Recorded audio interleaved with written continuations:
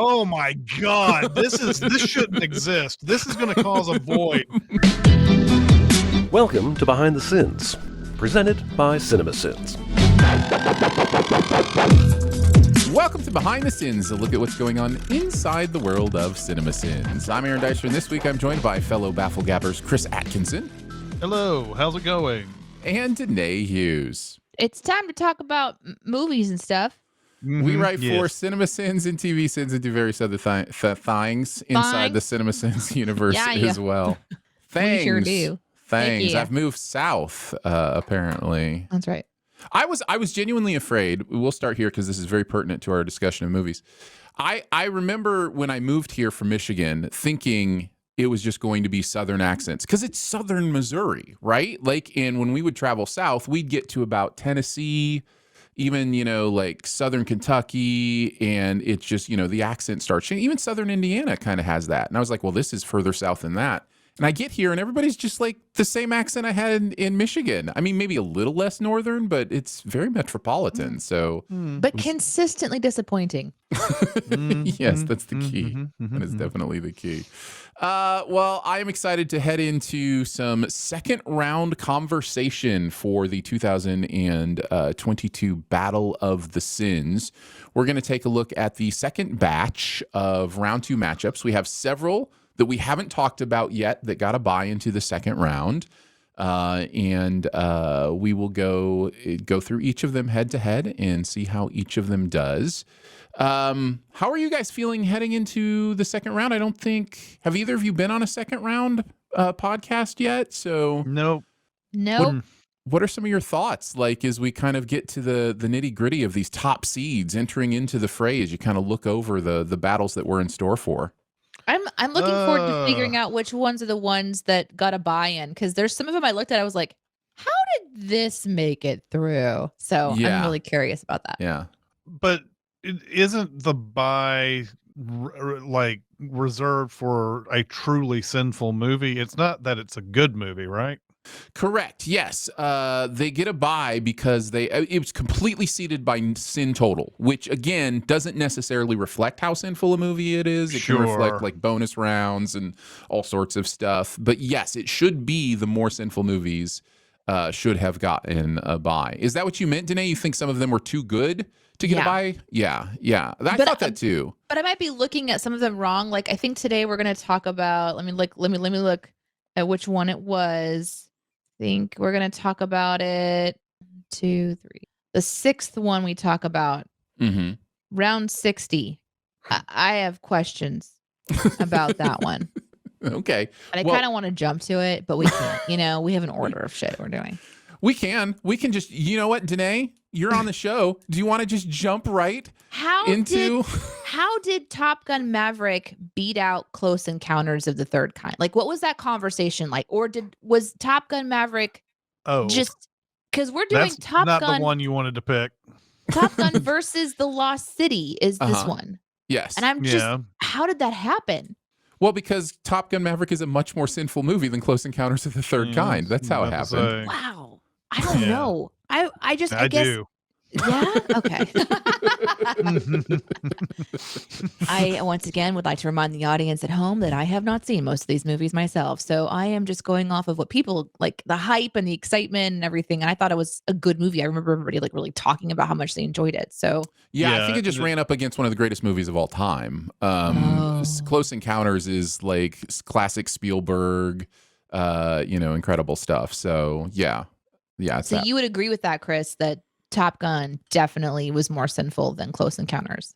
Yes, I do agree with that highly. And neither of us feel like we're out on a limb in saying so. Okay, well then we don't have to talk about it now if you don't want to. We'll get to it if you want to, but I was just really I can't believe that one's here. It does bring up something that I think is important to continue to remember. Top Gun Maverick is a great movie. It's also a really sinful movie. It really does use all the tricks of movie making to bring you to where you're at. That's one thing that I think we forget really quickly and that people forget is movie sins often make a movie better. Like exposition, you have to do it. If you're going to squeeze a story into 2 hours, like you have to figure out ways to do exposition. Now, there are lazier ways than others of doing exposition, and those become, more sinful. But yeah, great movies have sins. And Maverick is definitely one of them that has plenty. So, all right. And we'll talk more about that when we get to that battle. Battle stations! Fight! Fight! Fight! Fight! Fight! Time for the one-on-ones. Who will win this year's $1 million game? Ding, ding, ding, ding, ding. That's the sound of round 2. Let's kick it off with our first battle of this group. Madagascar Escape to Africa versus Spy. God, what a pair. We are getting into the nitty gritty now. Madagascar Escape to Africa gets a bye into this round as the 20 seed with 184 sins. Spy, however, 117 sins, only an 84 seed. Jonathan and Ian wrote on that one. Neither of them is here to chat about that. But Chris, you and I wrote on Madagascar. So why don't you kick us off? What makes Madagascar Escape to Africa so sinful? God, didn't seem too long ago that we did this one, but I hardly remember much of it other than the fact that they're stuck in this one place, and there's like an evil lion, and there's a Lion King kind of a vibe coming on. Like there's kind of a Lion King vibe. It's not like totally Lion King. It's not the same type of deal, but it's it's the Ben Stiller lion that I can't think of the name of right now. Alex. Who is Alex? Okay, nice. I'm looking at IMDb. Ooh, sweet. I'll just refer to Deneé as the IMDb from now on. Yes, please do. But he's the tame, trained lion, and then he goes out in the wild and he has to deal with like evil lions, or at least one evil lion. But I remember this being. I don't know. I remember this being super sinful, but I can't remember. Like, I think it's one of those things where like it's one of those things where they go around and like the thing that I remember the most is so Gloria is the Jada Pinkett Smith. Correct. And then there's David Schwimmer's the giraffe, and he's in love with her. And that seemed to waste a lot of time. There's so much time wasted in this movie. This movie has no idea what to do with its characters. Every single character has a different ridiculous plot. The giraffe character is afraid that it's dying and digs a dying hole kind of thing. And then there's the group from New York, the tourists who get trapped in Africa that just happen to include the old lady from the first movie. That kind of stuff. The penguins are on their own journey in adventure. The Chris Rock zebra character is feeling like he doesn't know who he is because all of a sudden he's one of 1,000 instead of one of one, and so he's trying to figure out what makes him himself. And then of course Alex is trying to figure out what it means to be in his homeland when he's only lived in the zoo. And like none of these plots are fully resolved or explored. None of the themes are fully explored. It tries to do so much with so many of the different characters that none of it lands. Yeah, and none of them die. Oh no, of course not. Because if they're going to go out into the wild, they're dead. There's also the typical third act, everybody gets mad at each other cliche for absolutely no reason whatsoever. It's like the silliest, dumbest thing ever. It's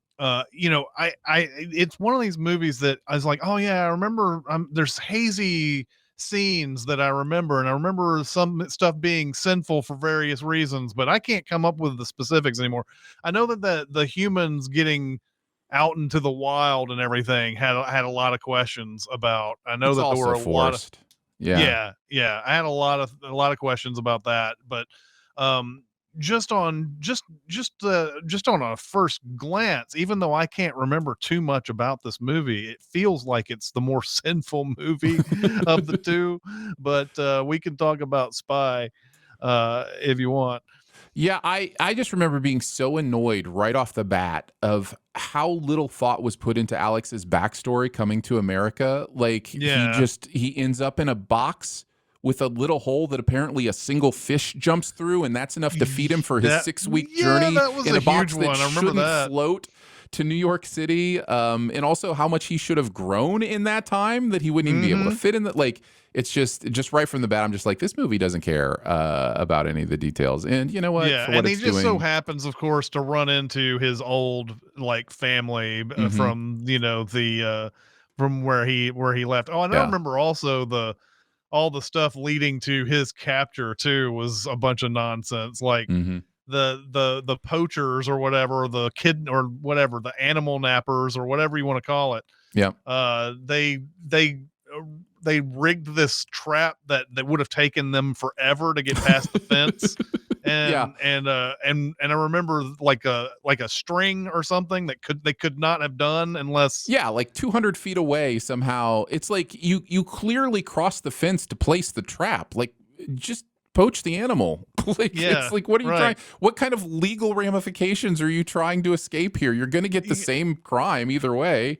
Yeah, this is So I just remember this movie not being very enjoyable whatsoever, and it had a lot of sins because of like all the excess that was in it. So well, anyway. Deneé, kick us off with discussion and vote. Do you remember anything about Spy enough to in that conversation to talk about Spy versus Madagascar?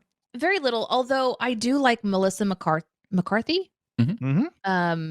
She entertains me. She has been in some, I think she was in Bridesmaid too, wasn't she? Yep. Okay. There's just something about the way that she delivers her lines that I tend to enjoy, and the vulgarity that she goes into is something that I'm kind of like entertained by. I think she did one where she was assuming someone's identity. Yeah, that was Identity Thief. Yeah, Identity Thief. Yeah. And the guy that she was paired with on that one, I can't remember his name, but he's Jason Bateman. Yeah. He's awesome. And those two together were really delightful to watch. And so I'm somebody who leans more towards like, yeah, I would watch this one, but I didn't actually get a chance to watch it. So but what I remember about it was she's like a CIA agent, and she is volunteers to do some deep undercover work because a couple people in her building go missing. I think she's like the only one that can go in, so they send her in. She's not a field agent, but she's like a desk worker. She's a desk worker. She's the one that like tells Jude Law what to do, and sort of that's sort of the thing that she does, and then he gets either like it's because he shows up later. We think he's dead.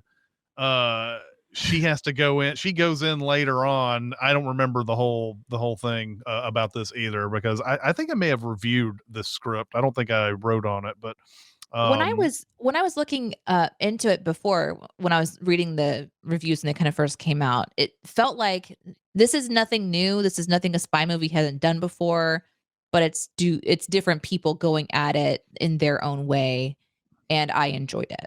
So.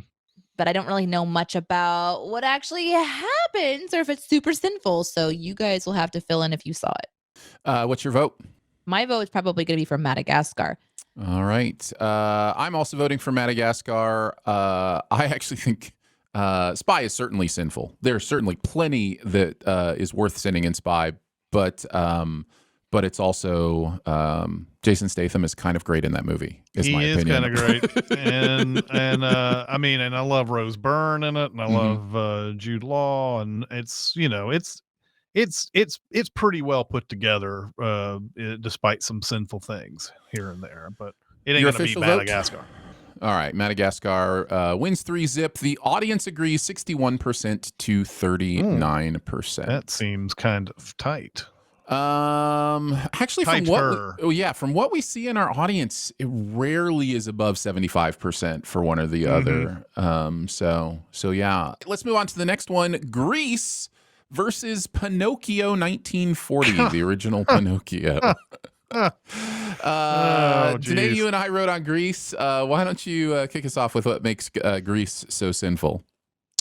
Well, we talked about this last time too, and I don't want to spend too much time because we'll just kind of like beat the same thing, which is true. This is the first time talking about Grease. Well, the theme being that some movies suffer for their time that they were made. Correct. And there's a lot of inappropriateness in this movie that you see in filmmaking and storytelling, depending on when the content was created and what was okay, what was normal. And this one obviously suffers from some very uncomfortable lyrics. And the theme of it being, I'm this demure, sort of boring woman and I want to attract this other person. And so I'm going to change who I am. And then the guy being like, I want to fuck her. So let me like put on some different clothes. And then they fly off in a car at the end. They do. What is that? It's so just weird. It's a love story of two groups of people but Sandra doesn't even belong to a group of people. She's just trying to figure out where she belongs. It's not like she's part of a nerd club. She's being kind of brought in with some of the pink ladies, but not really. They just make fun of her and she's just the outside girl. And then all of a sudden there's this shift where she becomes the one that they all enjoy for some reason. And none of it really holds up. Like we don't see any of the moments where their friendship makes sense other than pressure, social pressures, or just deciding that you want to change your look or, whatever. And I don't know. It was a weird one. Yeah, I agree. I do think in some ways this suffers more from its time than other movies do. I think even in whenever this movie came out, the 70s or whatever it was it the early 80s or late 70s? 78. Yeah, it was like 78, I believe. Yeah, I think it was late 70s. Even then, I think you could look at these lyrics and go, "What is going on here?" Like this is like it's kind of next level, not aged well, in my opinion. And I think we appropriately. One of the reasons, by the way, I don't think I mentioned this. One of the reasons Grease is a 5 seed is because of how many sins we gave to Did She Put Up a Fight? Yes. And deservedly so, in my opinion. So, which totaled 755 sins overall once all was said and done. But there's also all the other stuff that makes this movie sinful, including that flying car. Like, just the choice to have them fly away in Chitty Chitty Bang Bang at the end. I don't understand it. I'm just like... And there's it's no surprise that people have tried to figure out what that means and, say that she drowned at the beginning and that it's all a fever dream or whatever. But yeah, this is a dirty, dirty musical. And I don't know until you really put the magnifying glass on it, like how clearly you can see that. But I think I compared it to, what's the HBO show with the teenagers? Euphoria? Yeah, Euphoria. It's kind of the Euphoria of its time if you really look at like how much sexual stuff it's getting into with these kids. But anyways, yeah, it's I think it deserves the sins it had. Jeremy and Daniel writing on Pinocchio, neither of them are here. So we will start the voting and we can discuss Pinocchio as we vote. Chris, you get to start us off. What's your debate about these two movies and what's your vote? I mean, look, I haven't seen the original Pinocchio in forever. I could probably just based on the memory of the story tell you several things that I don't like, but in general, there's no way Pinocchio is going to beat Grease for sins here because it's kind of difficult. It's kind of difficult to for something that wholesome and good and well made back in 1940 to lose to Did She Put Up a Fight? I also vote for Grease for all the above reasons. Deneé? Yeah, same for me for sure. It would be really hard to have a debate about Pinocchio's magical world versus this real world. I mean, don't get me wrong, there are sins in the original Pinocchio. Like it does some weird things. Like even just the fact that this story is about Geppetto until Guillermo del Toro's version, nobody focused on Geppetto. Everybody focused on Pinocchio. But the real boy that goes off and tries to find out, or the puppet who wants to be a real boy, trying to find his identity, hitting the same themes that we usually do when you meet a group of friends or a group of people and you try to change your identity. There are some interesting, like similar themes in a way, but it's got Pinocchio wrestling with his like his ethics and his morals and like that part of the story of like who do I want to be? And I don't know. Yeah, Do he's they not explain it? Go Do ahead. they explain it in the original Pinocchio that the lies are as whatever their lies are as plain as the nose on your face in the original, and like he just doesn't see it when it happens, like he's not really seeing his nose turn into a big tree branch or something. I know that in the Guillermo del Toro they mention that, and it seems like they're saying you can't see it either. So when you're lying, they can't he can't see the nose growing because he just keeps lying in that original one, and you're like, don't you see your nose? You got leaves growing Did you on tell? it, Yeah, man. Yeah, that was the intent, that our lies are often much more obvious to other people than they are to us. But in both of them, I think he ends up using his nose as a clever way to get something like a key. So he does know it's there and he uses it as a tool. But those are really hard sins to pair up against Grease. So Grease for sure. Yeah, there's not a song in Pinocchio about sexual assault, so I'm voting that we have understood at this point. Yeah, the audience agrees 91% to 9%. Holy shit! Grease is the more sinful movie.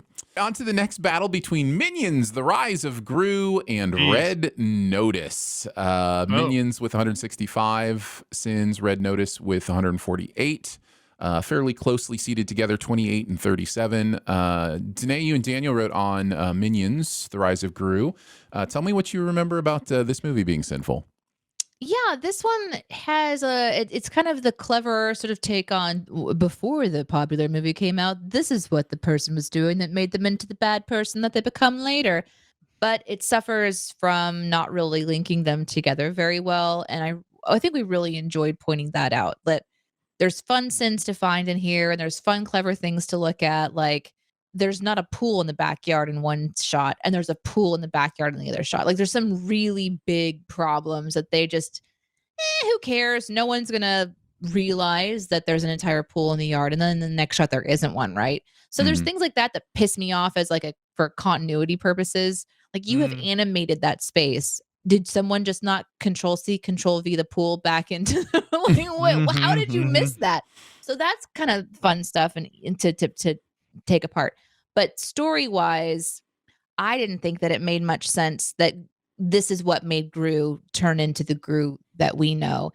And Daniel really succinctly kind of put it together at the end that the message of this movie doesn't really link up to the message of the next one. If this movie is about, finding your people or like, finding those people to stick with, what has happened with the second one? And I can't remember how he wrote it exactly, but there were things like that really made me bummed out, because I don't feel like when there's sequels that actually are prequels, that there's as much thought that goes into making sure that the themes make sense too. Like that logically, this is the foundation of the rest of the movie. So if you're going to watch them in order that comes out, it's like he already learned that lesson. What is this movie? What is the second movie even the first quote ever movie even about? This is a really strange thing. It was a lot of fun to watch though. And I love animated movies. They're so bright. They get such incredible color and they make them really fun to watch. And you get to see the minions do their little, like learn how to do martial arts and kind of learn their personalities or whatever. But,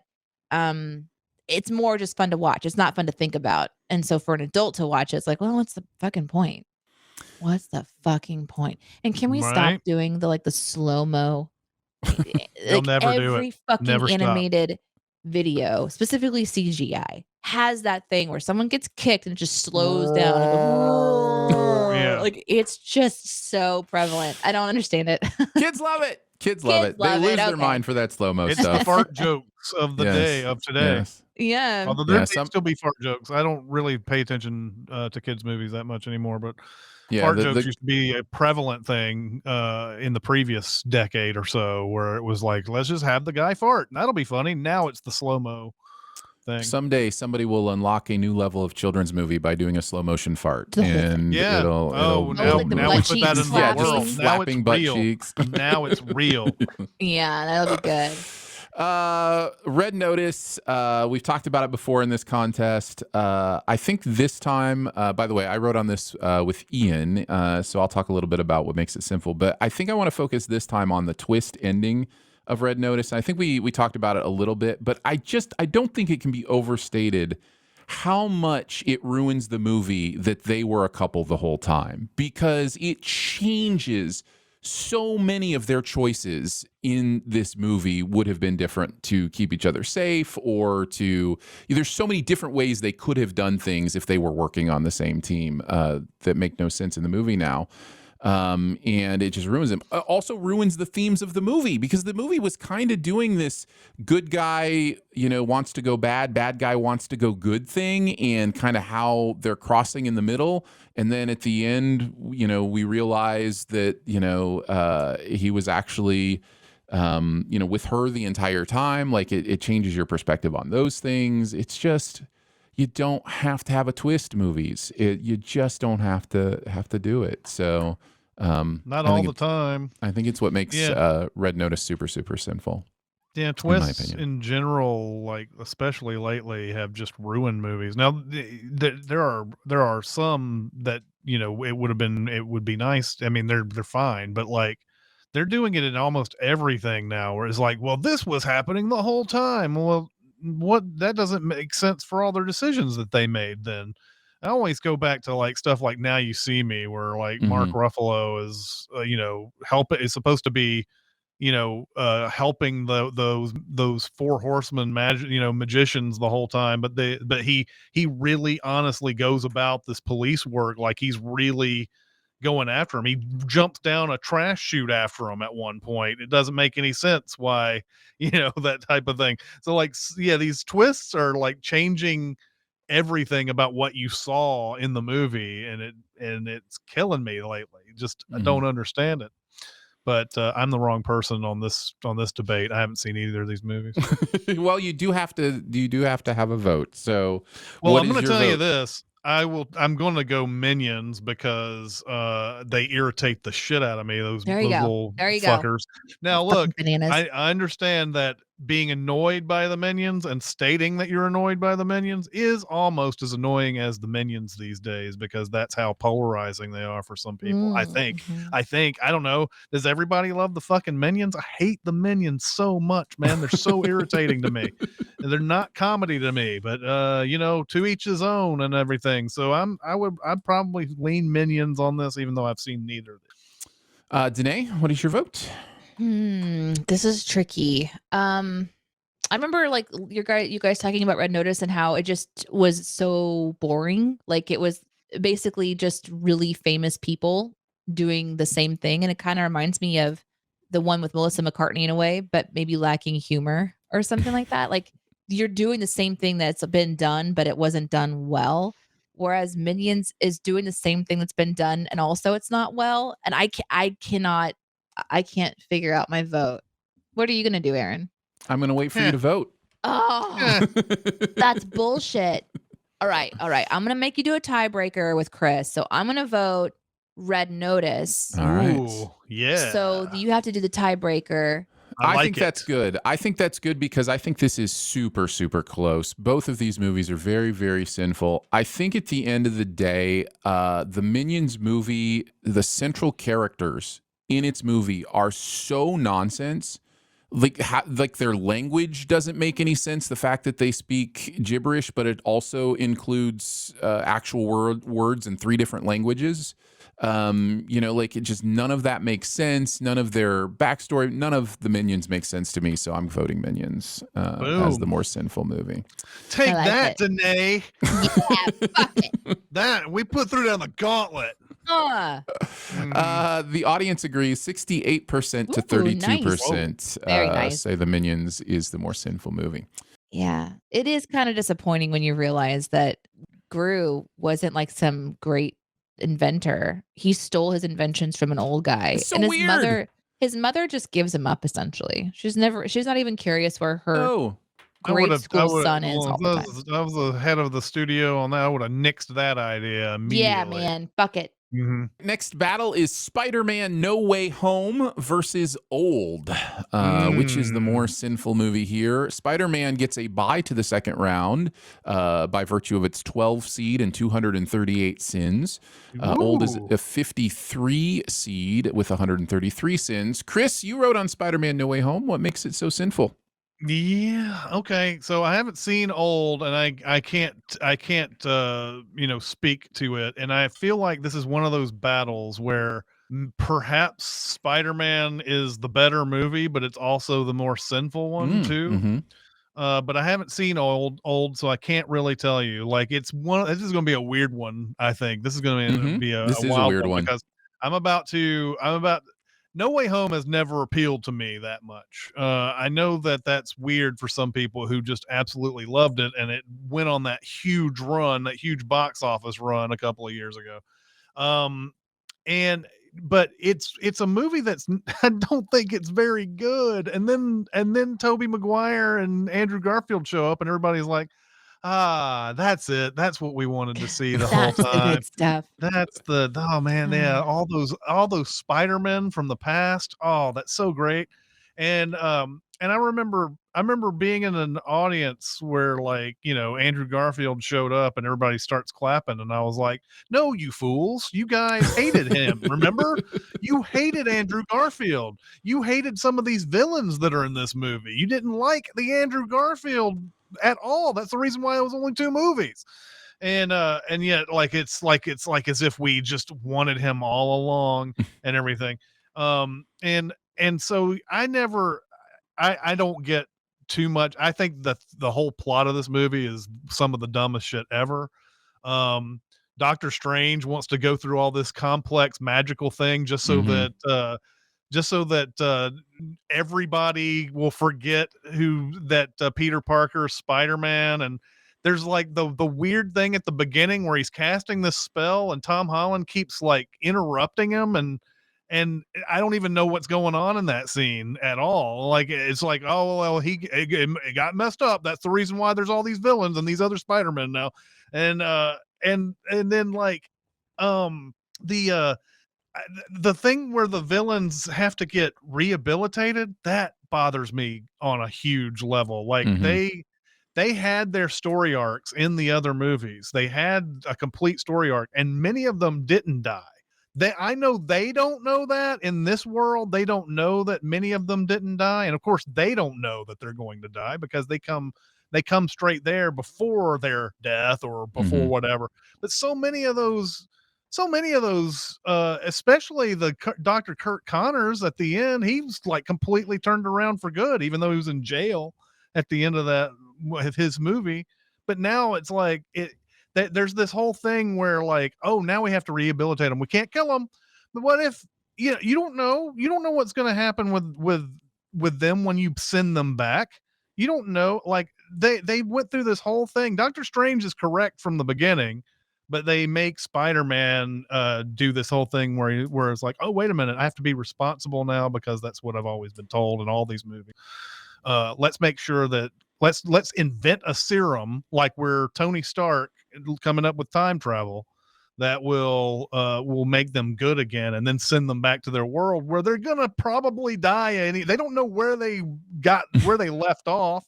And so, yeah, I've never been a big fan of this movie. I understand why people enjoy it, but I thought none of this holds water from the moment it started. So yeah, I thought this movie was extremely sinful and worthy of the 200 some odd cents. And even Ian, who wrote with me on this, I remember him saying when he saw this in theaters, "Oh, I loved this so much. This was the greatest movie, blah, blah, blah." When he sent it with me, he realized the truth. He woke up. Yeah, exactly.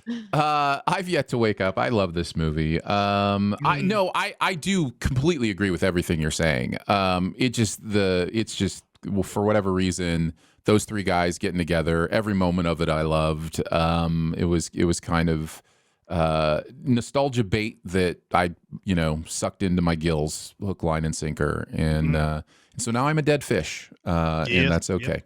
No, but there are moments in there where they're interacting that are fun. I will concede some of that for sure. Yeah. But I agree with everything you're saying. I don't think there's a lot about this movie that makes sense in any way whatsoever.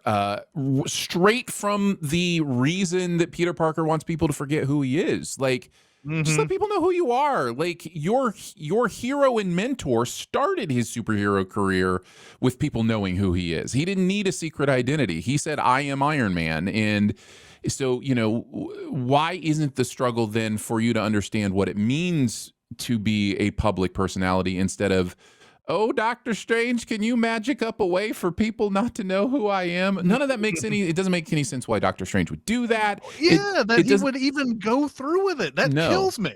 No, yeah, none of that makes any sense. I totally agree with all of that. I guess I'll kick off the voting by talking about Old a little bit too. Chris, did you say you haven't seen Old? Still haven't seen Old.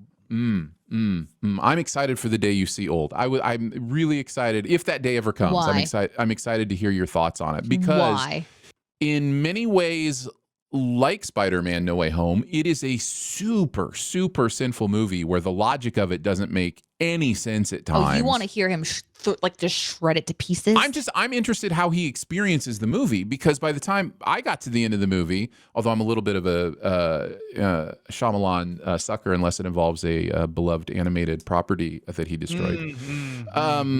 There is, I mean, it's so funny to me because all of Old's themes are just like right on the surface. Like everything everybody says is like, remember what we looked like when we were on our honeymoon? Oh, how time passes, and it's like, and then they go to the beach where time passes, even faster kind of thing. And all those themes of, oh, can you believe how, fast time flies? We were young once and now we're old. It's all right there on the surface, but it also kind of works for me. But that doesn't make it any less sinful, right? Then you've got stuff, just the practical aspects of this beach that the logic doesn't make sense, right? You've got, for instance, a pregnancy where a girl gets pregnant and has a baby within a few hours, right? Because time is progressing so fast. And there are moments where wounds, become gangrenous in, seconds, basically, if they're not treated. And yet somehow the trauma of birth doesn't have lasting effects that progress quickly. Like it's weird the stuff that it chooses to focus on. I say weird, it's intentional. Like it's clearly choosing the things it wants to get the story to go the way that it wants it to go. So again, super, super sinful. So is Spider-Man No Way Home. This is as close to a coin flip as I've been, but I think Old is the more sinful movie overall. I really do, which I like Old okay. I kind of really like Spider-Man No Way Home, so maybe that's it. But I just think Old is more sinful. So that's going to be my vote. Deneé, how are you going to decide this? Through IMDb. Thank you, IMDb. I don't know. It's hard. I didn't see the Spider-Man. I saw like the first, or like I saw a Spider-Man movie. I don't remember which one. And I was like, oh, that was cool. And then it was this Spider-Man kick where just movie after movie comes out. And I wasn't interested in following a particular actor through an arc with Marvel as much as other people were. And even though I remember this one being a very passionate one, lots of comments and stuff about just the inconsistencies of things like you guys are talking about. So I think that that's obviously sinful to the material itself and the potential, like you're talking about. But the stuff that I was looking into when Old came up on the schedule and I was curious about it, had that same vibe that you're talking about. There's literally like just the director's direction to the actors is just stare in the distance or something where it's just the very basic thing you can do. And then you've got this looming feeling of what's going on the beach, which also has questions. So I'm going to vote Old. I just feel like they may have underused the acting or they may have not really dug into the filmmaking and just made a film. And there's more juiciness, I think, in the Marvel world, even if they fucked some stuff up. Chris, Old will be moving on, but officially, what is your vote between these two? I think it's unfair. I mean, because I haven't seen Old, but I got the sense that No Way Home is more sinful, and I was going to pick that one. But what did the audience say? I'm sure it's old. Yeah, the audience has old 64 to 36. Mhm. Yeah, so 64 like, to we wouldn't even 36. tie it. And what would we do if it was a tie? You know, what if it was audience and Chris versus Aaron and Deneé? You know, do we just like, how would that have that's a worked? great question. Up until now, we've just, when we have an odd number of people, our votes have decided, and then we've said what the audience does. But I'm willing to debate that if there's a 2-2 and the audience is one of the votes. I think that if I'm on a future one where old is featured, I will try to watch that movie before we get into the voting. We'll see how far old goes. That puts it in the third round, where I think it will face the winner, quote unquote, of the next match. So, and that match is between Ghostbusters Afterlife and Shark Tale are the two movies that will face.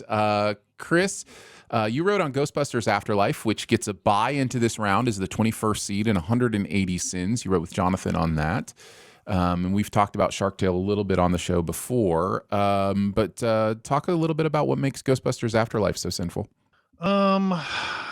Man, this was a disappointing movie for me just because I was, not that I was expecting too much out of it, but I thought putting it in a different setting might be an exciting way to go with a Ghostbusters movie. The very beginning of this movie is Egon, but they've shot him in such a way that it's not, it can't be Harold Ramis. So, but it's one of those things where a lot of things happen at the very beginning where you're like, why is he doing any of this at all? What happened? Why did this demon dog get sent out and all that? And that was one of the things that I kept happening through Afterlife was like, I don't understand why any of this is really happening. They make this big deal about like every certain amount of years this happens or whatever. They go into a cave and see this like year by year thing where evil is unleashed and I didn't think that really fit with the old Ghostbusters mythology because it required, I felt like it required something to happen, but it's always been this dude who's been buried in the mountains the whole time. That's the reason why evil comes out and everything. And like the whole like being out in the country and whatever, I thought that would be really cool, but it ends up just being whatever. The Finn Wolfhard stuff in this movie is completely just a waste of time.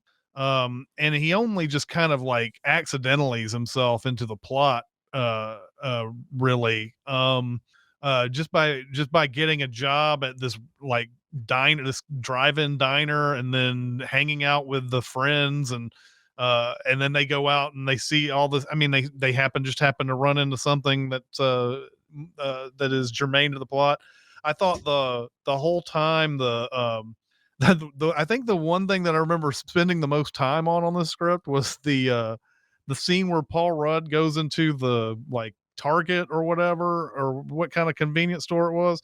And like all the individual marshmallows turn into marshmallow men, which makes no sense at all. Remember in the first one, it took Dan Aykroyd to think of the Marshmallow Man for him to appear. So it doesn't make any sense that he's in a store and then like a bag of marshmallows turn into a bunch of marshmallow men. And almost everything those marshmallow men do in that scene is just like, huh? What's going on? We couldn't figure out what their deal was during that whole thing. And it seemed like they had different rules that were not established by the original Ghostbusters, and this is exactly what they were. They were going on this timeline here. If the original Ghostbusters went one way, they sort of like interpreted it a different way.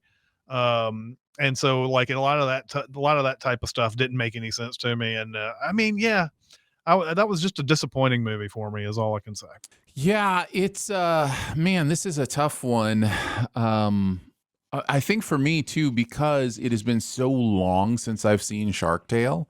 And I don't think any of us wrote on this you may have reviewed it. I'm not sure. It was Jonathan and Daniel writing on it. I didn't review it either. Yeah, and I didn't either. But that Ghostbusters Afterlife stuff is so true. There are so many instances in that movie where it's just like the movie is just elbowing you in the ribs and just being like, hey, remember that one thing from the first movie? Remember that? Wasn't that hilarious? We're commenting on that. Remember that?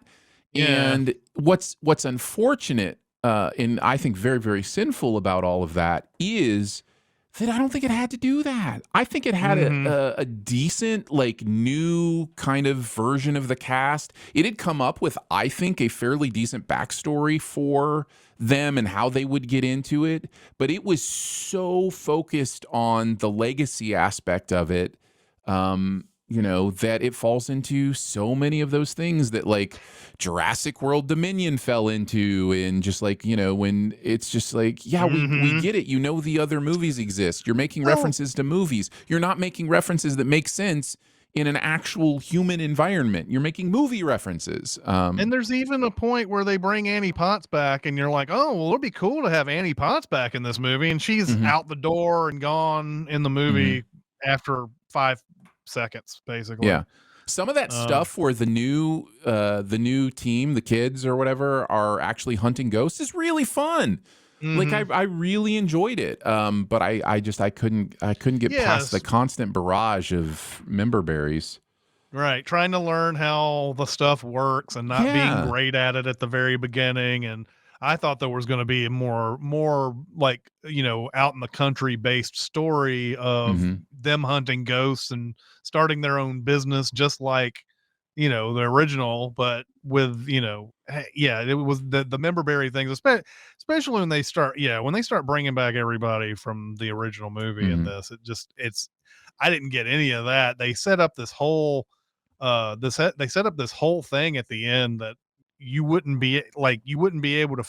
I don't know how they planned what they planned at the end of that movie. It's one of those things where they kept things from the audience, so that they would show up and you'd be like, oh, right, the original Ghostbusters are back, and CGI Egon, which, by the way, a lot of people were like, well, the Harold Ramis estate said it was okay. And I'm like, the guy's still dead. He still didn't have consent to put his likeness in that movie. You may have 100% known that he would be okay with being in that movie. It's still not right to me. But I mean, I guess if you're, once you own the estate, you can do whatever you want to with his likeness. But that's going to be, by the way, just as an aside, that's going to be in the next few years. That digital likeness thing, that's going to be.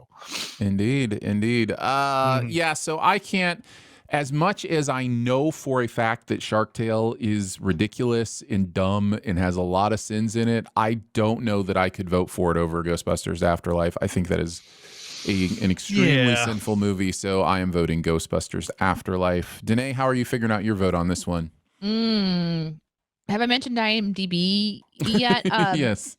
I like this. I like this title for one of the reviews on IMDb for the Ghostbusters movie, which says an expertly crafted commercial product prepared for a specific audience for the purpose of prolonged stimulation of nostalgic sentiments. Yeah, that's exactly right. Yeah, that sounds like what you guys are talking about. Yeah. There's so much love for it though because of the content, and so it is hard for me, somebody who hasn't seen a lot.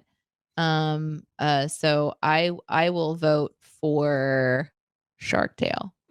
I figured it had shark in the title, so I figured it was an automatic vote. I think that's the only way I can do it, is just complete bullshit. Chris, what about you? What's your vote?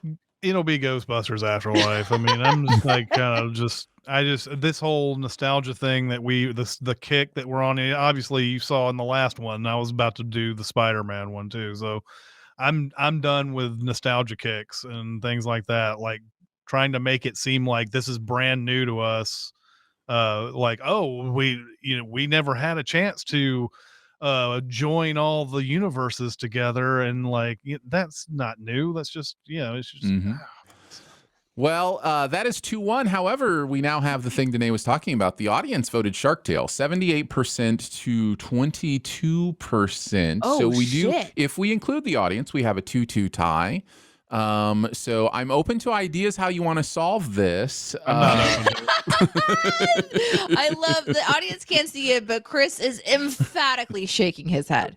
I will say this. I think this makes sense. I think if there is a writer who is voting, their vote should break the tie. And Chris did right.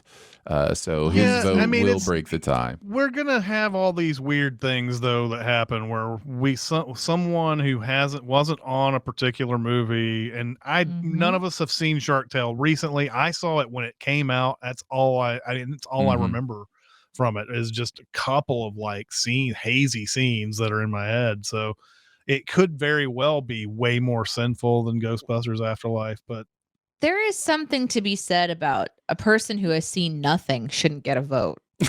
In which case, this entire process has been pretty fucked. Shall we remind everyone that the sins don't really matter at all? Correct. I think you send on the one that you guys are passionately discussing. Yeah, Ghostbusters Afterlife will continue into the next round to face old. So we will see how that goes. And also for entertainment purposes, next round, you don't want to hear us be like, "What is Shark Tale?" And it's just Shark Tale. Just yes, You want to hear us talk about it. Next battle is the Lost City versus Top Gun Maverick. We are to Chekhov's Top Gun Maverick now in the show since Deneé brought it up earlier.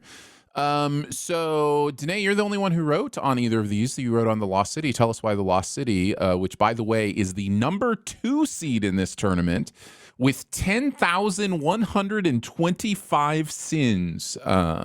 So Vampire's Kiss, the only movie with more sins that we send last year. So Deneé, why is the Lost City so sinful? I love the idea that it's so sinful. Oh my God. So I love Sandra Bullock. That it's really difficult for me because there's parts of my job that like I'm gonna be a little biased, obviously. I love Sandra. She's got a lot of the things that I enjoy. She's really got like a dry sense of humor and everything. And then, she's paired up with Channing Tatum in this movie. So this is 2 people that do not get along, that are forced into a jungle adventure, very similar to the movie that Chris and I send, and I can't think of the name of it. Romancing the Stone. Romancing the Stone. Romancing the Stone and Dora we did for this. We did. Yeah. It's a very Romancing the Stone-esque. The idea of this movie is that Sandra's character, she's a writer, and there's someone that thinks that she can crack this code of this language because she's actually like historically accurate, but like her romance novels are taking off, if I remember correctly. And so she's got this audience that's just pretty much interested in Channing Tatum because he's really handsome and they want to know what's going to happen with the character. But Sandra is actually just hoping that people are going to pay attention to the actual archaeological facts of her books. And so she's a little snarky, she's a little peevy, and she says in front of her audience that she's going to kill Channing's character because she's just tired of all this bullshit. Then she's kidnapped so that an actual person stealing some treasure out in the real world can use her knowledge to crack this code. And Channing notices that she's kidnapped, and so he kind of goes after her despite her being kind of bitchy to him. And then it's their adventure in the jungle that brings them closer together, and then the great fantasy of the fans essentially seeing Sandra and Channing Tatum together. There are some clever things in this one, and there's some fun stuff in here, but it definitely has a lot of sins, as you can tell. Not only the adventure itself falling apart, or just how the ridiculousness of everything. Brad Pitt makes a brief appearance in this, and there's a shocking moment. Channing Tatum calls Brad Pitt's character to say, "Hey, I need to go find this person in the jungle. You're the guy to do it." And he shows up like trained gunman style. He and Channing Tatum infiltrate the camp to get Sandra out. My favorite scene in the movie. And which is pretty delightful, but really sinful. None of it should work. Yes, correct. Yes, absolutely. But pretty fun to watch. And then when Sandra's like, "Wow, Brad, like you're amazing," he just gets shot in the head. So that was unexpected. And I thought that there were some fun things that they did in this, but just the whole them surviving any of it is stupid. But I do like the idea that, trauma can bring you closer together. And that's really what this movie is about. It's that, you fall in love when your life is at stake. This is yet another one of those movies, by the way, where like by the end of it, you find out, well, the treasure really wasn't what it was made out to be. It was like, I think it was like a symbol of love between a king and queen or something like that. The real like, treasure were the friends we made along the way. Exactly. And I'm sitting there, like all of these adventure movies these days, going, why is there, I don't know if there's a map, but why do people know, why is there a way to get to this that people know if you never wanted people to know where it was? That's what happens in the Dora movie, especially, where it's just like, and what it was, the Sonic the Hedgehog 2, where we had the same issues with that, where it was just like this is something we don't want anybody to see, but if you want to find it, here's a map, and it's like, wow, wait a minute, I thought you said nobody should have this, or that, Yeah. So yeah, the Lost City fit into that mold for me as well. Like all these adventures, like again, it's like the surprise, right? The surprise ending. The whole reason why you can even go on this quest doesn't make sense to me. So yeah, they did have also, I want to say, an interesting twist storyline wise, that the treasure at the end was just seashells. It was just like they open up the tomb and which is in a sinkhole, and that is why this, by the way, talking about how sins don't matter, Jeremy gave this moment 10,000 sins, which is why it's the number 2 seed, for the existence of sinkholes, just in general, just reminding Jeremy that they exist, that they're real, and that they're on the planet. That is about sinkholes. It's not even the movie. Yeah, that itself. he just hates sinkholes. Yeah, that's what it comes down to. 10,000 hates them. No, you can't spell sinkhole without sin. So that's true. That's true. That's very true. So they go into the sinkhole, and then otherwise it's just a K-hole. Yeah, it is. It's just a K-hole. You're right. Wow. The whole, like, the trope is like that there's I think a volcano erupting, and so it's going to just destroy everything, or whatever the situation is, and they have to get in and get out quickly. They open up the tomb, and this beautiful treasure that's been described that this man made for this woman was just this beautiful, like, necklace of seashells that he went and got for her that meant something to her. So the treasure was the love story of this ancient people, that then the person who's the bad guy is just like, what the fuck? It's just seashells. And he's pissed, locks them in there. And then they manage to, strong arm their way out of a tomb. By the way, still a valuable artifact. Doesn't matter that it's just seashells. I mean, It has a story behind it that people would pay money for. Like, Absolutely. Yeah. So it's very sinful in a very unique way. I enjoyed this movie. I would watch it again, which says a lot for me. But yeah. Okay. Yeah. Chris, do you want to kick us off? Lost City or Top Gun Maverick? And feel free to debate it out loud. Yeah, I think we've said pretty much all we need to say about Top Gun Maverick. I think I even mentioned one of the main things about Top Gun Maverick that bothers me is just how the villain in the movie has somehow found the most geographically complex place to do business, and it fits the screenwriter's plot to a T. Where it's like, not only is it hard to get there and hard to bomb the thing that you need to bomb, but then there's a sheer rock face that they have to fly up. That's going to be really hard for them to pull their nose up at the very end and whatever. And then that whole ending where they're like, they run across this other country's like airfield thing and get into a plane, and nobody really sees them or does anything about it. And one of those old tropes where they have to get the old technology to win against the new stuff and everything. I always find that annoying in movies, but I think I'm gonna vote Lost City on this. I think of all the tropes and things that I don't like about adventure movies these days. It's got everything. I think I enjoyed Lost City pretty well too. It all comes down to the actors in this. But I think it's the more sinful movie. I think that, you know, the reasons for these quests should not exist, and they do a lot of stuff I don't know, it just end up like, I just think that's what makes it a more sinful movie in the end, is all those. I'm voting Lost City as well as the more sinful movie, even though I too really enjoyed this movie. I really enjoyed both of these movies, but they are both very sinful. However, I think the Lost City is a little more sinful. Deneé? Yeah, it doesn't really matter. I'll just, throw out one for mission, just You're right. It doesn't, Deneé. It doesn't matter. Taka Maverick will get a vote. The audience says Lost City 70% to 30%. I am the lone wolf. It doesn't matter, guys. I didn't see it. It's fine. Don't Everything's okay. Everything's fine. Moving on to The Black Phone versus The Batman. We've talked about both of these a little bit before, so we don't need to belabor too much. But Chris, you did write on The Batman. Is there anything you want to mention about that before we start voting?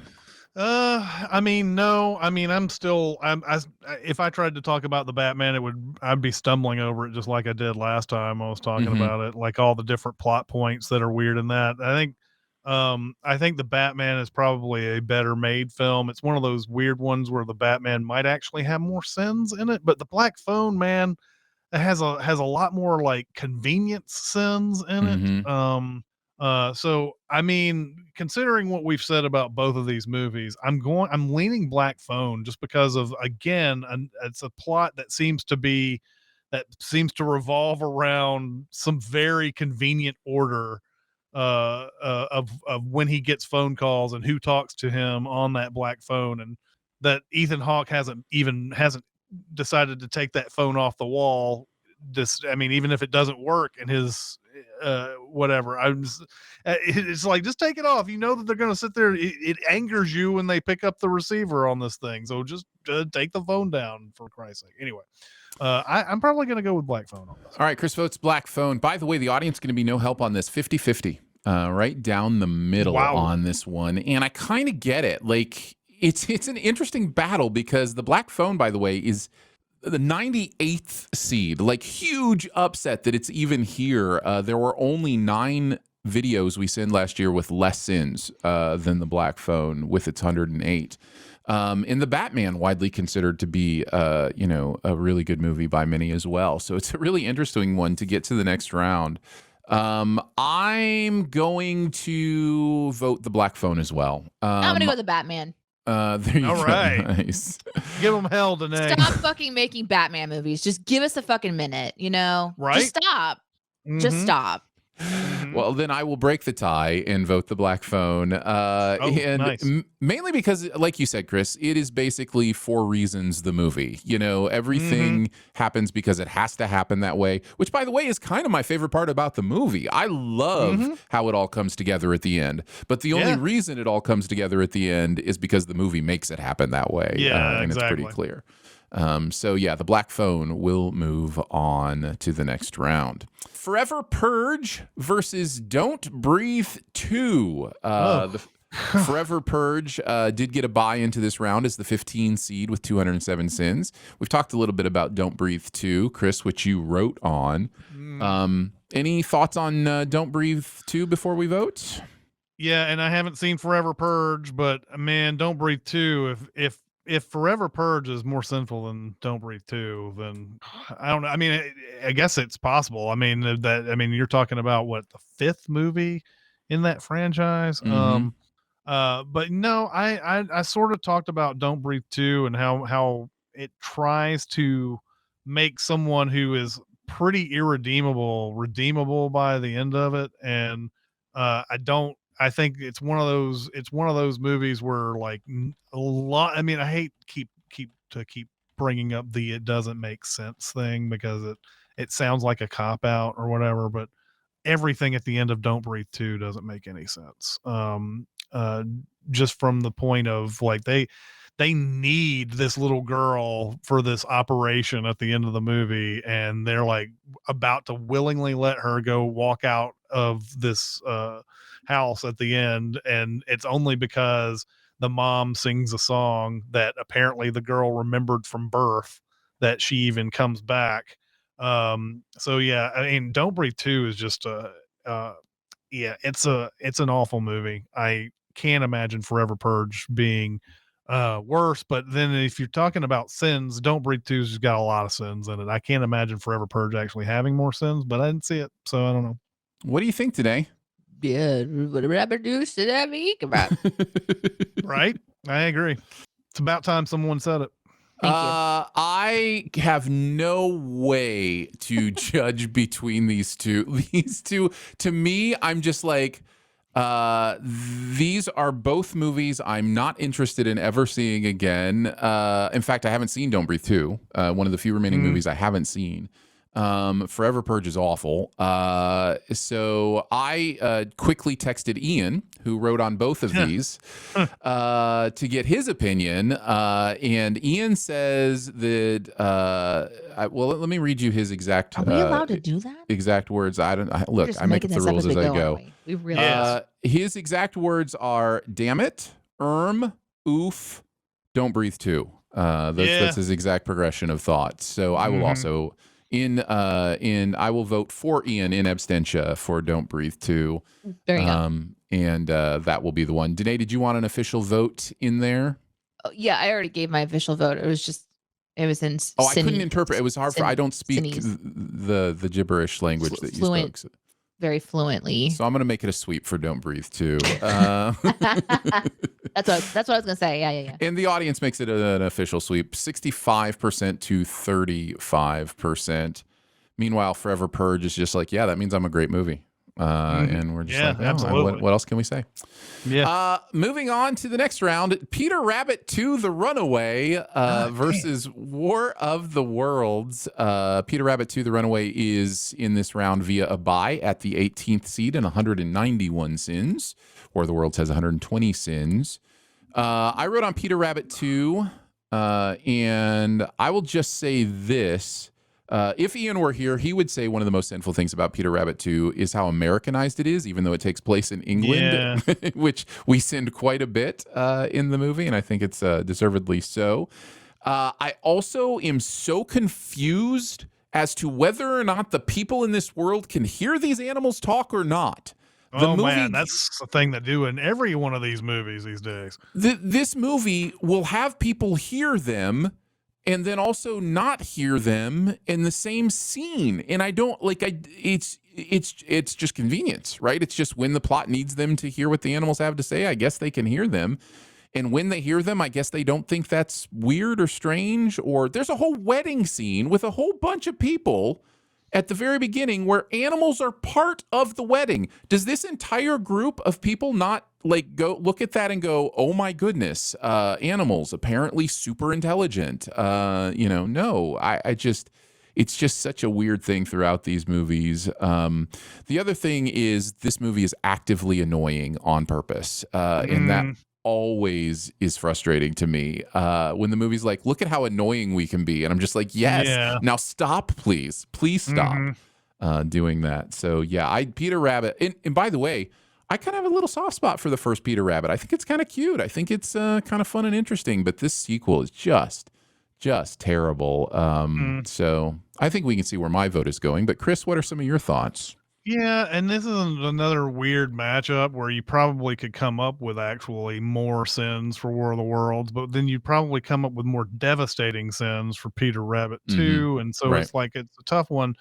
I think I talked about this when War of the Worlds was in the first round, but I thought it was weird that he was able to get that truck to get moving once the EMP hits the entire town, and he says, we just had to change the solenoid. Like that just answers everything. Just change the solenoid and the truck operates, and he's able to drive down the interstate with very little difficulty, even though this thing has been shooting EMPs. We don't know don't know how far the aliens have made it this point, but Mhm. it seems like depending on where they are in the story, the aliens have already shown up in whatever area they're in, or they're about to, or they get to that house but it's like there's nobody around in that neighborhood that they go into. They get into the house, and then that's when the the aliens come over there, and that's when the airplane crashes and all that. But War of the Worlds just does everything in a more enjoyable fashion. It's Spielberg, so like a lot of these things that you would find sinful, they're not things that ruin the movie for you necessarily. I think the Tim Robbins thing gets you close to almost ruining the movie. But I don't think there's anything I didn't see Peter Rabbit 2 either. Geez, I'm just don't watch as many movies as I used to. So I can't tell you. I feel like the stuff that you said about Peter Rabbit 2 is more sinful than anything that's in War of the Worlds. So that's All right. where I would head on that one. Deneé? Peter Rabbit. All right. Yeah, I will vote for Peter Rabbit as well. And the audience will vote for Peter Rabbit 65 to 35. It will move on. That's pretty interesting. Next battle, Lightyear versus Death on the Nile. Oh my God. This shouldn't exist. This is going to cause a void. Oh my God. Holy shit. This is so bad. Lightyear is the 7 seed by way of its 260 button pushing sins. And Death on the Nile is the 71st seed with its 125. This is the Large Hadron Collider of the movie. In the second round, no less. Both of these movies with a case. Deneé, some thoughts since you wrote on Lightyear. We wrote on it together, but what makes Lightyear so sinful? I really this is an example of the writers saying this is what happened.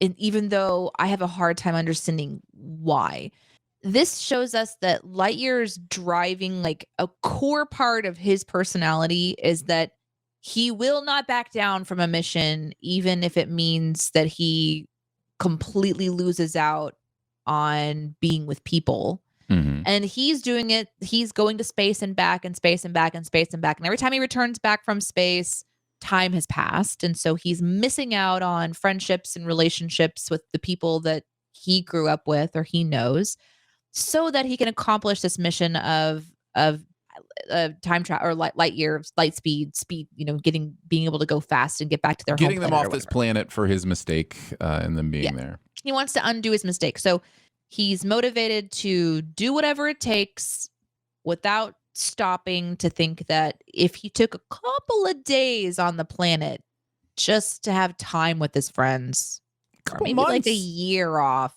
it doesn't really change much. So it's just an example of a writer saying he will not stop, but me wondering, would that really happen? Would somebody really be that detached? And it kind of showed me a part of Lightyear's personality that concerns me, and then we see him go on, and this is his backstory of like who the real Lightyear is. That's not a toy, I guess.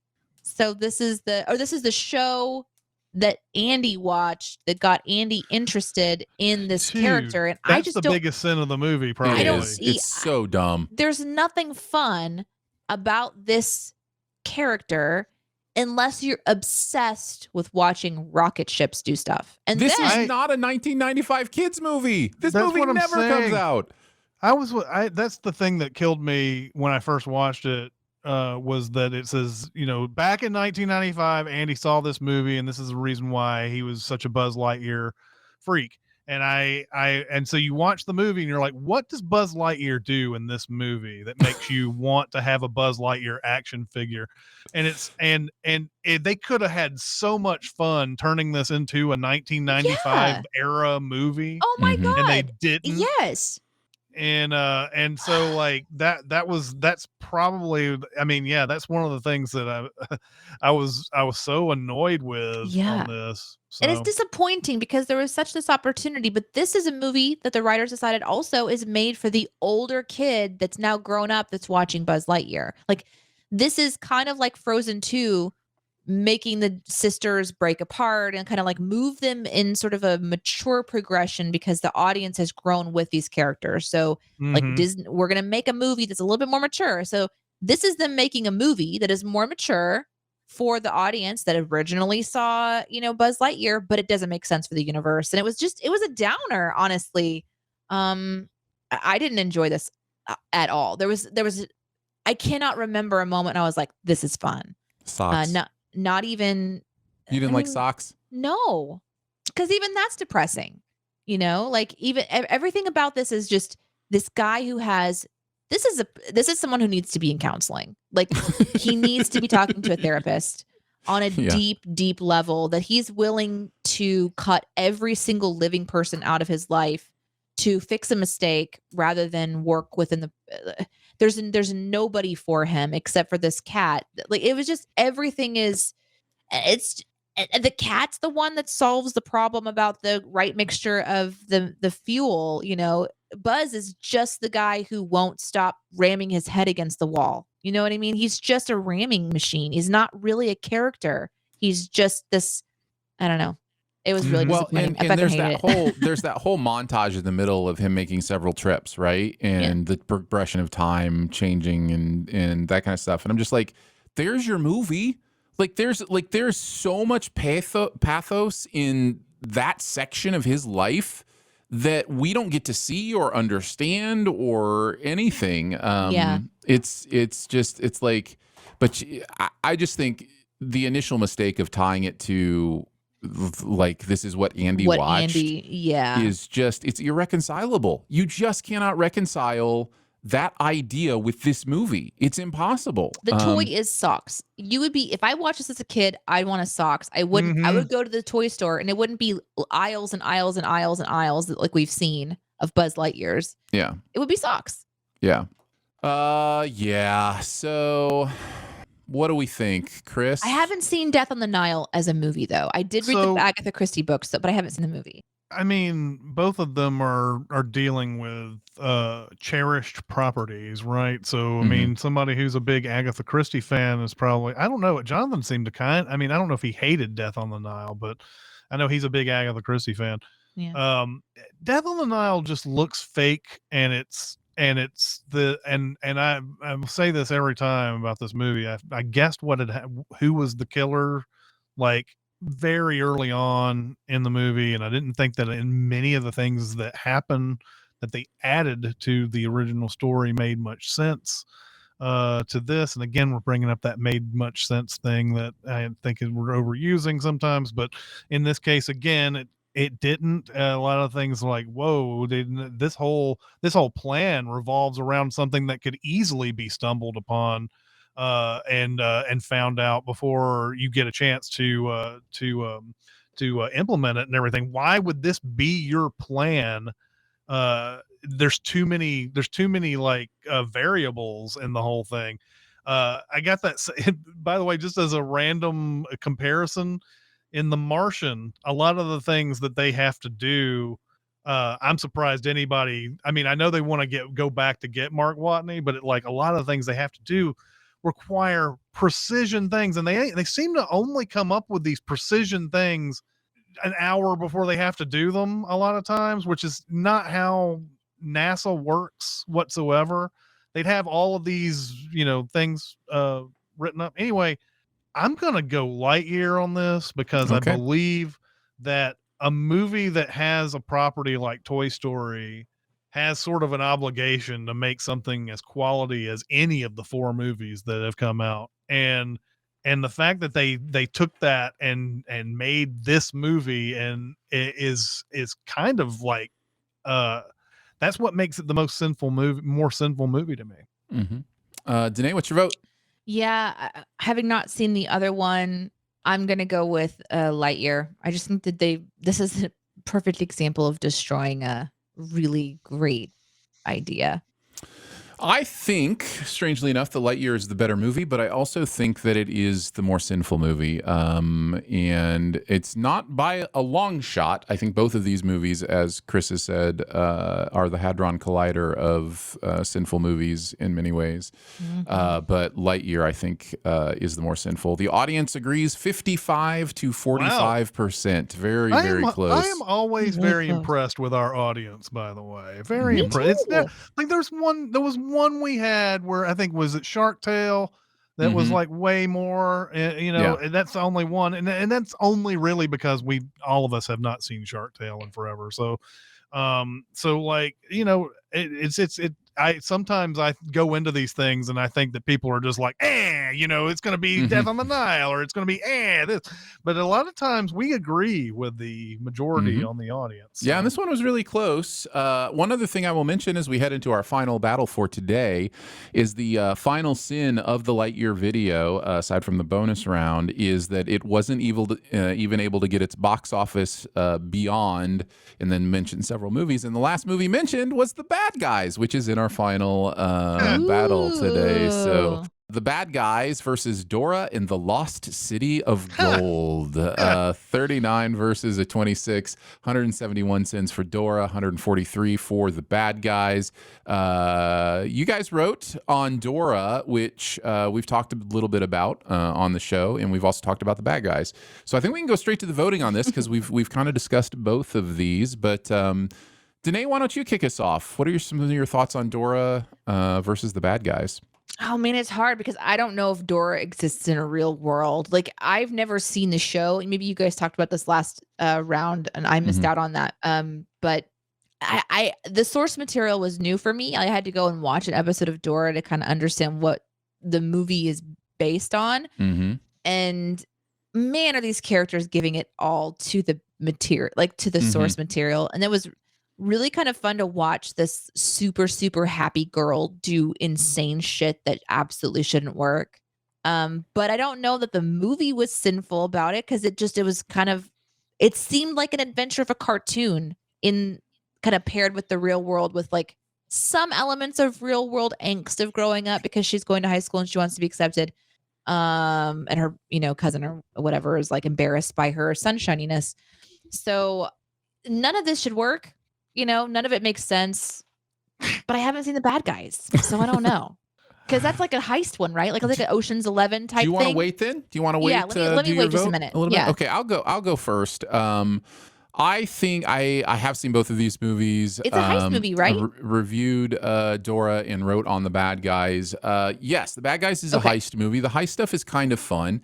As I mentioned in the last round and have mentioned even today on a different movie, this is a movie that forces a twist that ruins the movie. And it's just this thing that movies are doing more and more. Almost a very similar twist where Snake, who's been a bad guy the entire time, is revealed to have been a good guy working behind the scenes to do stuff. Only everything we've seen in the movie makes no sense now. Certain actions he has, the themes of the movie, like all of it comes, crashing apart. That's in addition to a lot of the typical animated nonsense. None of these animals should be as old as their mugshots say they are.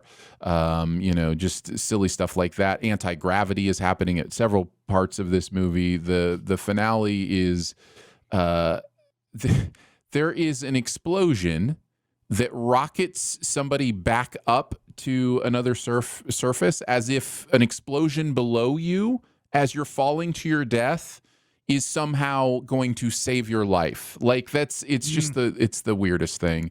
So yeah, Bad Guys deserves all of its sins. Dora also deserves its sins. But at the same time, if I remember like sinning this movie, a lot of it was just kind of having fun with the world and not necessarily not as high a percentage as I remember being actual sins in Dora. As much as like having fun with some of the ridiculousness of it. My vote's for Bad Guys to move on to the next round. Chris, what about you?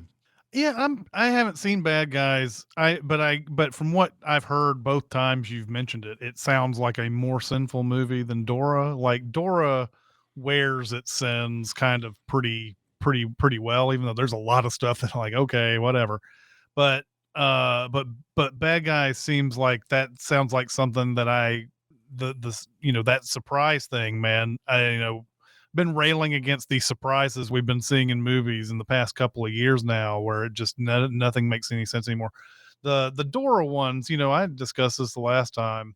I always thought it was funny that someone as attractive and appealing as her would like have a hard time finding friends in the high school, and like, oh, she's from another country. Fuck you. What an asshole. Like she's so nice and she's so pretty and she's so what, like how in the world is she unpopular from all of this? And the plot to get her inside that box to take her back down, that made no sense at all, because the bad guys would have had to known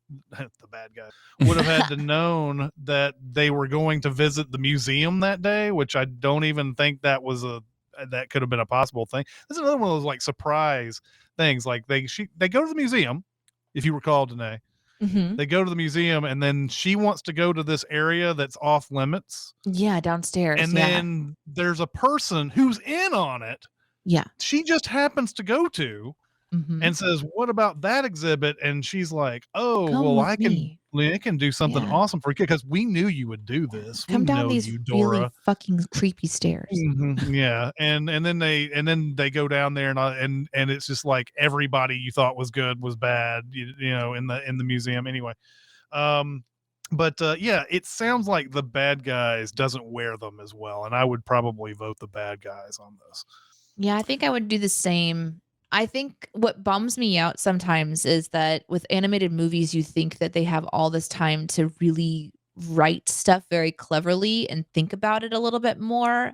I like that Dora tried to give more of an effort into the source material, and they really worked at it, to even though some of it's bullshit, that it was fun to watch. Despite, like, I would think that Dora would be a big fail because it's a cartoon and it's a kid's cartoon. So to make a decent movie out of material that is just, there's a fucking fox in this. So it's not in our real world. This is like a goofy this is like a perfect kids movie in a way. You've got the bad guys, you've got the adventure. And it just felt very Goonies in an interesting way. Whereas like you've got this other movie that is original and interesting in some ways, like they're creating new characters and stuff, but it's still letting itself fall apart when you have the time to really make sure that you can do it completely well. So anyways, I'm going Bad Guys. That is a sweep for the bad guys, except for the audience. The audience, by a 55-45, has Dora as the more sinful movie. Yes, very close. And it doesn't surprise me because there is a lot of love for the bad guys out there. And I get it. Like, it's a unique animation style. Some of the jokes land there. It's funny. But it is also very, very sinful. And I think we've made the correct choice here. Well, there you go. How about that? Another 11 matches down in the books as we have sent on some movies to round 3. So this means, based on what we've done today, that in the next round, 50 First Dates will be against Madagascar, Escape to Africa. Greece will be up against Minions, The Rise of Gru. Old will be up against Ghostbusters Afterlife. The Lost City will be up against The Black Phone. Don't Breathe 2 will be up against Peter Rabbit 2, So Help Me. Lightyear will be up against the bad guys, as it should be. I can go ahead and tell you where that's going. Lightyear, all the way, baby. It's gonna take the whole thing. Yep. Every single episode, somebody has said that about a movie we've talked about. Every single one. Ah, there we go. And so you got it in right under the end there. Well, that's gonna wrap it up for Behind the Scenes this week. Don't forget to make sure you're subscribed and go ahead and leave a comment and rating as well. You can hang out with us on Twitter. We're at Cinemasins BTS. So for Chris Atkinson, Deneé Hughes, a slow motion fart, and myself, we will see you next time. Thanks for listening. Send any feedback to bts@cinemasins.com and be sure to subscribe, rate, and comment. Find more ways to connect by visiting cinemasins.com/BTS. Sweet, cool, right on, woo! Speaking of fried dough, I had a fried pie at a local restaurant this weekend, which is, I mean, it's exactly like the McDonald's pies, right? Okay. Like that's a fried pie. It's just, like a folded thing with like fruit filling, but it was more of like actual pie dough, folded and crimped and then dropped in a fryer kind of Are thing. you saying the McDonald's isn't actually No, fruit? I'm saying McDonald's is, I don't know how that's processed, but I don't think it's done quite as naturally. I've decided I like fried things. Newsflash. That's weird. You're so brave. Thank you. Thank you. I don't like fried Oreo, but people who have fried Oreos, they rave about them. And so when I went to the fair a few years ago, I decided to try one for the first time. I wasn't impressed. Never had those. It wasn't very good. It's kind of gross. It's just one of those sounds things. Gross. It's just one of those things I think at fairs where like we could fry this, and then people are like, I've never had this fried. It's amazing. Like a fried Snickers bar, and it's like a Snickers bar is pretty great without being fried. I don't know that it needs the dough on the outside. Maybe it's the beer. They're drinking beer. That's why. Yeah. That literally is something you can get. You can get fried beer at a carnival. How does that work? Fried beer. I'm telling you, they dip it in the batter and then like pour beer on it or something. I don't know, but it's literally, you can get fried like alcoholic liquids. I don't know how that works. I don't either. I wonder why there's a health crisis in this country. Okay, so this guy who invented it took him 3 years to figure it out, although he won't reveal the exact recipe. Speed is key. Yeah, you think? Each nugget. I know, you want to go national with that shit. You don't want to be telling people how you fried the beer. That's right. Yeah. So each nugget of beer-filled dough should be deep fried for no more than 20 seconds. He says it's going to taste like you took a bite of a hot pretzel dough and then took a drink of beer. Just imagine spending 3 years of your life and then finding out that 20 seconds was the key. I'm going to share this picture with you because I just personally, this is not appetizing. Do you see this? Look at that. Ooh. It Fried looks like beer. molded. It looks like a moldy ravioli. It does look like that. That's exact beer-filled ravioli is what that is. And like that's liquid inside, right? That's actual beer inside. I think so. Based on what I very quickly read. I wouldn't eat that for free. People drink what they want to, but it's not like beer is known for being super tasty sweet. You know what I mean? Like it's a really weird thing to be like, here, have this this treat. You receive a plate of fried ravioli-shaped dough with a dark filling. You take a bite expecting meat and are met with the flavor of warm, rich stout. Whoa, that sounds even worse. That sounds so horrible. It just squirts into your mouth. It's like an adult gusher. Yeah, it's an adult gusher. Yeah, it's so gross. Like the first picture looked like a wet dough. This picture looks like the dough has at least solidified. Yeah, it's not glistening. It's crisped. And then inside is the adult gusher. So would you enjoy this with like deep fried whatever, cherry Coke? Like is that better? I don't know. It's just like the warm I don't know. Nope, it's not better. I don't know. Maybe if it had like a little straw that came with it, you just like you pierce the ravioli and then like you can drink the liquid instead of it just being like gushed in the mouth. I got into yet another debate about the In-N-Out burger a couple of weeks ago. Did you? It's always, I don't know what it is, man. Like I've been In-N-Out 3 or 4 times in my life, and every time it's been like, oh, that was good. And that was that's the way it ended up being. And yet again, I ran into some people who just swear by In-N-Out like it's the best burger you could possibly get. And I just like, man, guys, I don't know what you guys are tasting in this burger. I understand where it comes from. I understand the philosophy behind it. I have never eaten an In-N-Out burger and said, man, that was transformative. No. That was something that I am going to remember for the rest of my days. And there are people who do that. Now, God bless them. I don't know if it's something where somebody has just different taste buds and they react to something a certain way, and that's just what it is, and I just can't taste it. Maybe I don't have the detector that they do.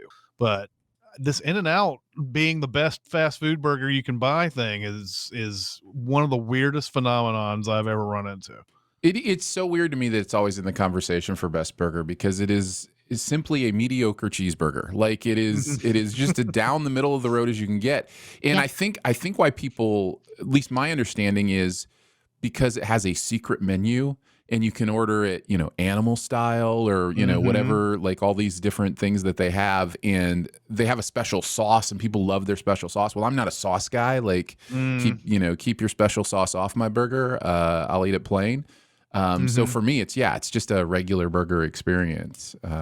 So maybe that's what it is. Maybe it's all the extras and stuff that I don't get. Maybe that's what it is.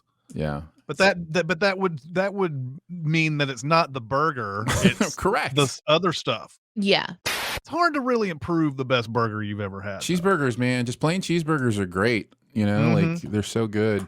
What do you have a favorite burger? Are you asking about the meat specifically or the whole sandwich? Let's just be clear. Either way, sandwich or just the meat. There was a place, or do you mean place, or do you mean? I mean place. Yeah, I mean place. The best here, can't get it anymore. It was a place called Rotiers that used to be here in Nashville. Used to be absolutely fabulous, and it is no longer in business. There is another place close to the old. I know this doesn't mean anything to you, but the old Greer Stadium where the Nashville Sounds used to play, called Gabby's, that is really, really good. You've been in the area though. That's where Made In and all that is. And so Gabby's is really good. As far as like just sheer fast food, I like Wendy's. I think Wendy's is really good. Nice. And I used to love Wendy's triples. Like when I was in high school, I would always get a Wendy's triple plain. Well, and that was in the other part of the debate that was funny. They asked me what mine was, and I'm thinking just fast food. So I said Wendy's, and they were like, "Oh!" And then all of a sudden, Five Guys got in the conversation, and all these other different places. Like, do you consider Five Guys a fast food restaurant, though? Like, no. And they're like, "Yeah, we do," and I'm like, "No, it's not." Five Guys is upscale. Not.